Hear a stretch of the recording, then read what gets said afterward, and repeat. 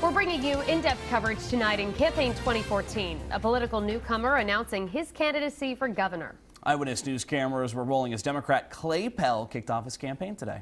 Now, WPRI.com reporter Ted Nesi joins us now with more on what this means for the governor's race. Thanks for being with us, Ted. Good to see you guys. Congrats on the new show. Thank you very much. Thank you. So, Ted, I consider myself pretty well versed on Rhode Island politics. Clay Pell was not a name I'd really heard in the last year or two about all this. No, Steve, the political reporters were as surprised as anybody in the state last fall when the rumors about Clay Pell's candidacy started to come.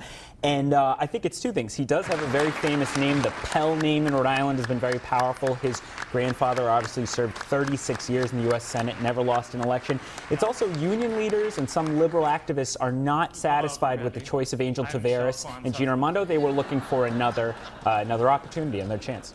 Now, what about his campaign platform, or does he even have one yet? I know in Sean Daly's story from earlier, we heard him saying a lot about his public service, but that's really all we heard in that story. So yeah, that's right, Shannon. It was really a biography speech today. He talked about his grandfather, what he learned from his family and his parents. But, we did hear a little bit. It sounds like he's going to start to make an issue out of those 38 studios bonds, that $90 million the taxpayers owe. He's going to at least look at not paying it, whereas Gina Raimondo and Angel Taveras say it has to be paid. But even when we pressed him on that afterwards, he said, well, I'm not saying we shouldn't pay it. So I think he's still figuring that out.